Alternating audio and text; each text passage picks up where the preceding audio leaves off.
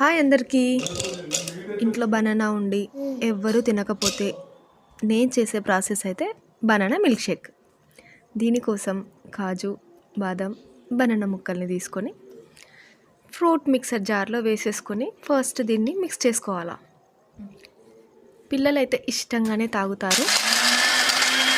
So చాలా వరకు mothers అయితే ఇలా చేసి పిల్లలతో బనానాస్ అయితే తినిపించడం జరుగుతుంది. నేను కూడా అదే ప్రాసెస్నే ఫాలో అవుతా. వీటిని మిక్స్ పట్టిన తర్వాత కాసి చల్లారి పెట్టుకున్న పాలను దాంట్లో వేసేసి మళ్ళీ ఒక్కసారి మిక్స్ చేసేసుకోవాలి. మా వాడైతే బనానా తిన్నాను అంటే తినడు, కానీ ఇలా మిల్క్ షేక్ ఇలా మాదిరి చేసిచ్చానంటే ఇష్టంగా తాగుతాడు. అమ్మ నాకు కొంచెం ఎక్కువ వేసేవా అని అడిగి మరీ తాగుతాడు. పాలను వేసుకున్న తర్వాత మనకు టేస్ట్కి సరిపడంత షుగర్ని కూడా యాడ్ చేసేసుకొని మళ్ళీ ఒక్కసారి మిక్స్ పట్టేసుకొని